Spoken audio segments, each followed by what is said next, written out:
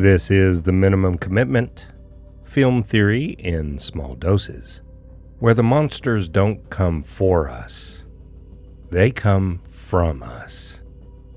I'm Don Lawler, film scholar, sound engineer, and someone who knows that the moment you stop recognizing yourself, you might already be replaced. Let's get into it.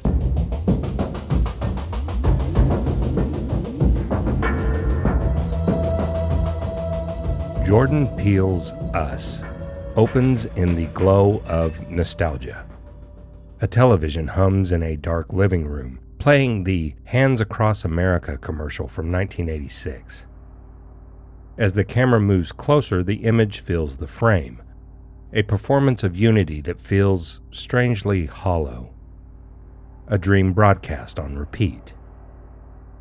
Framing the screen, a row of VHS tapes tells a different story.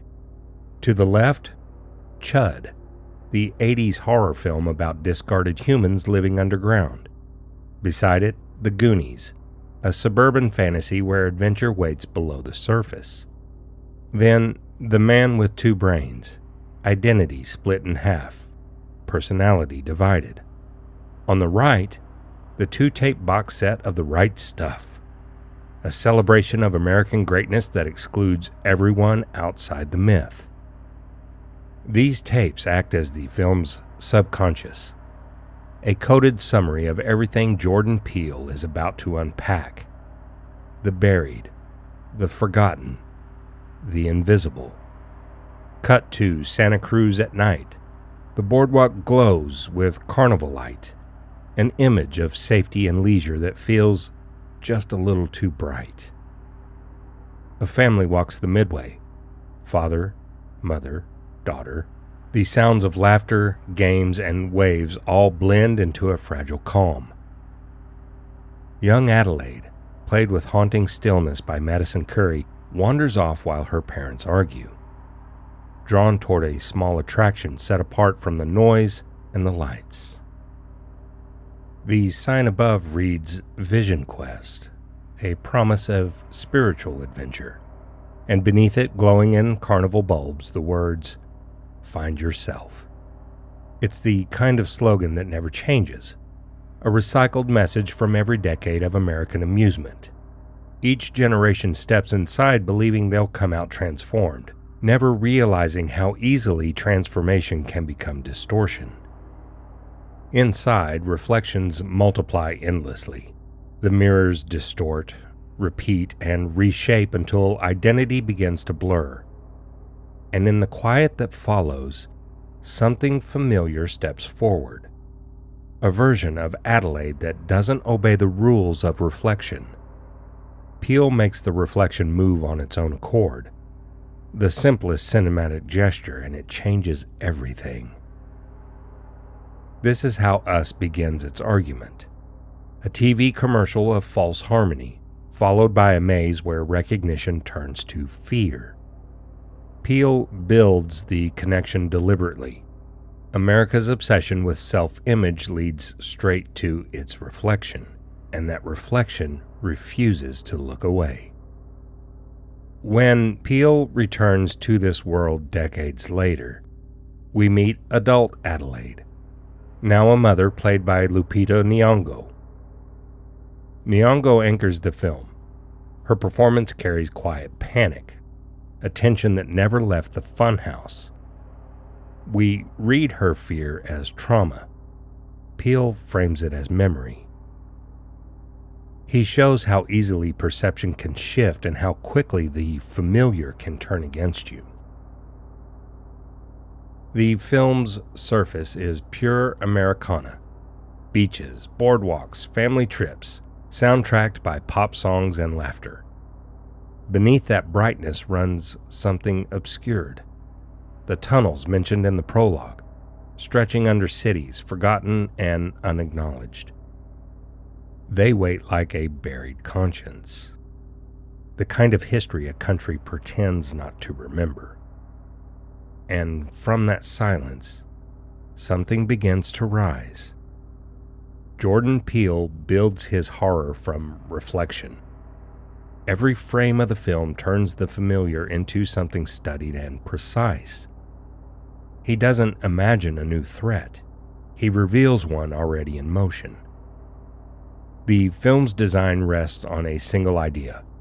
For every surface, there is an underside. The people who live above are supported by those forced to remain unseen. The tethered are the physical embodiment of that hierarchy, a population left behind, mirroring the actions of those who walk freely. They are imitation given flesh, condemned to repeat the gestures of others without reward. This is the language of othering, a powerful and often subtle process that constructs a sense of belonging by systematically excluding those who do not fit certain criteria. It defines identity by drawing an invisible boundary, actively deciding who is included inside and who is pushed outside. The privileged class sustain their control by propagating the illusion that such separation and hierarchy are natural and inevitable. Peele exposes this fabrication by creating an entire society beneath the floorboards, making the hidden and distorted world of exclusion painfully visible. The world of us operates as a class diagram. The surface is comfort, consumption, and denial. Below it lies labor, imitation, and suffering. When the tethered rise, they are not invaders. They are the bill come due. Their revolution is visibility. They appear only to remind the nation that its reflection has form. The tunnels beneath America are more than setting. They are collective memory, the parts of history buried for convenience, forgotten experiments, abandoned communities, stories no one wrote down.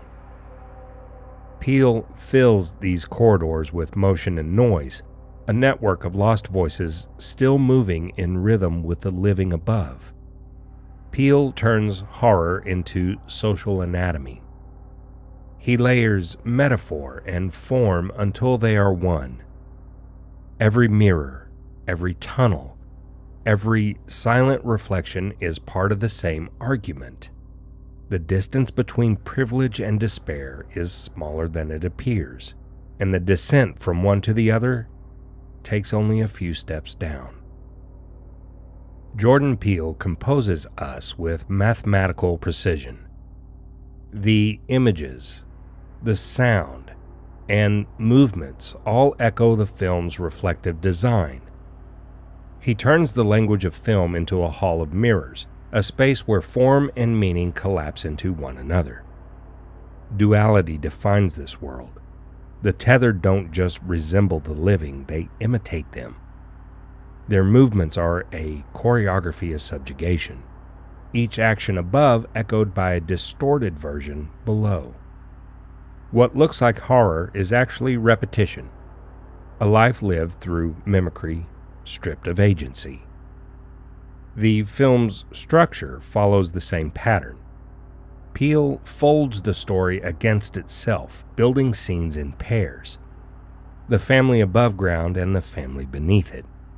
Two realities sharing a single rhythm. He uses symmetry to question identity, then uses repetition to prove how fragile that identity truly is.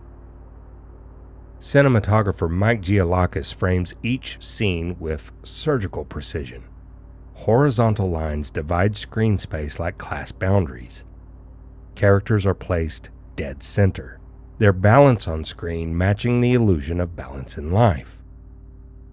Every composition feels perfect until something moves slightly out of sync. A smile that lasts too long. A reflection that doesn't follow. Peele uses these fractures to erode trust in the image itself. The downward motion repeats throughout the film. Escalators, basements, tunnels, each descent leads deeper into the architecture of denial. When Adelaide rides the escalator toward her tethered doppelganger in the final act, it feels less like rescue and more like reckoning. The camera tracks her motion with deliberate slowness, each step downward erasing a layer of comfort. Peele turns vertical movement into moral language. Descending involves confronting what has been concealed. On a visual level, Peele builds meaning through repetition. The red jumpsuits of the tethered flatten individuality. One color, one uniform, one shared history of neglect. Scissors, the chosen weapon, complete the symbol. Two identical halves joined by a single hinge. By the time the families meet in the Wilson living room, symmetry has consumed the frame. Each character faces their counterpart at equal distance, perfectly balanced along the camera's axis. But balance isn't harmony, it's tension. Peele traps his characters inside the geometry of their own denial. Every frame becomes a diagram of guilt. Sound in Us doesn't just accompany the image, it guides interpretation. Peele designs his soundtrack like a second script, one that speaks when language fails. The first cue sets the tone. A choral arrangement swells over the opening titles, rhythmic and ritualistic. Somewhere between song of praise and warning. The music builds space before any image appears, inviting the audience to listen before they see. It's the sound of something sacred becoming unfamiliar. Silence becomes just as expressive. Moments without dialogue are carved with care, forcing attention to the environment. The soft scrape of footsteps, the breath between words, the static hum of a light in a tunnel. This absence isn't emptiness, it's pressure. It's the weight of everything that characters don't say. Then comes the voice. Lupita Nyong'o performs both Adelaide and her tethered doppelganger, Red, with haunting contrast. Adelaide's voice carries warmth, measured and calm even when she's afraid. Red's voice is ruin, breathy, broken, as if language itself had to claw its way up from the dark. It's a sound that aches, the physical evidence of a life without air. Nyong'o built that vocal tone from the condition known as spasmodic dysphonia, a disorder that constricts speech and forces every word through strain. Her delivery transforms trauma into resonance. When she speaks, you hear the years she spent silenced. The tethered communicate through rhythm and imitation rather than words. Grunts, gasps, laughter, sounds that echo humanity without language. Their voices exist like fossils of communication, the remnants of something once whole. It's an auditory mirror of class and access. Those above speak freely. Those below make noise. Peele weaponizes that contrast in the home invasion sequence. The Wilsons try to reason, ask questions, establish control. The tethered answer with silence, then with a symphony of breath and motion. Doors creak, glass shatters, footsteps syncopate against the floor. The scene feels musical, but the melody is fear. In the film, hearing is reckoning. The echoes are everywhere, and none of them fade. Everything in Us leads to the final conflict. Adelaide descends into the tunnels beneath Santa Cruz, retracing the forgotten design of America's underbelly. The journey feels like myth, a modern Orpheus descending not for love, but for truth. The camera follows her down the escalator, its mechanical hum steady and cold. The light flickers, the air grows sterile. This isn't a place for the living, it's a museum for the abandoned. When Adelaide finally finds Red, Peele slows the rhythm. The confrontation unfolds like choreography, half dance, half duel. Lupita Nyong'o delivers a dual performance of astonishing precision. As Adelaide, she moves with human weight, heavy breathing, quick glances, instinctive fear. As Red, she moves with ritual grace, slow, deliberate, each step a punctuation mark. Their bodies communicate what words cannot. Every mirrored gesture collapses the distance between them until they no longer feel like separate people, but two halves of the same impulse. Survival. When the fight ends, the camera lingers. Adelaide stands over Red, panting. The score falls silent. Only breathing remains. One steady, one fading. Red sucks in a final breath and tries to whistle, a fractured echo of childhood, the itsy-bitsy spider returning one last time. Adelaide watches, eyes wide, and something shifts behind them. Recognition. She wraps the chain of her handcuffs around Red's throat, pulling tight until the sound stops. In that silence, memory surfaces. The night everything changed. Adelaide was never the victim. She was the one who walked out of the dark and never looked back. In that revelation, Peele completes his design. The monster we feared was the reflection we ignored. Identity, morality, and privilege collapse into a single question. What makes us who we are? Birth? Circumstance? Survival? The revelation isn't meant to shock. It's meant to expose how easily we mistake comfort for innocence. Adelaide didn't actually escape anything. She just inherited a different life. Everything she has, the house, the calm, the sense of safety, came from someone else being forced to stay below. This isn't judgment. Peele just wants us to see her clearly. The doppelgangers, or the scissors, or the tunnels are not the true horror of us. It's the unsettling truth that seeking comfort always comes at a price paid by someone else. The fragile balance we rely on isn't genuine harmony. It's a delicate system rooted in superficial reflection rather than authentic empathy. Outside, the tethered stand hand in hand across the country, their red uniforms stretching beyond the horizon. It's the old Hands Across America dream reborn as nightmare, the parody of unity replacing the real thing. Peele's message is quiet, but unrelenting.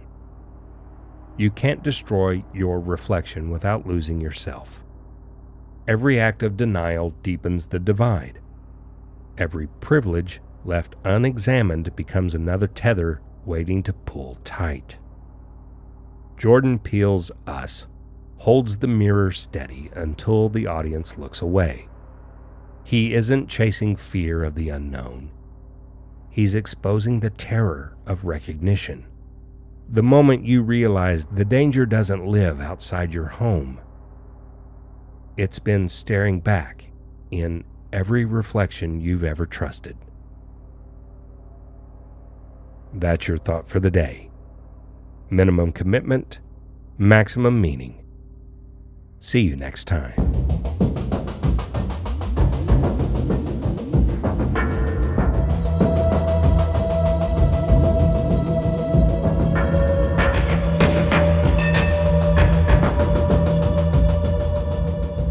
Minimum Commitment is produced, recorded, and edited by Don Lawler. Music by Don Lawler.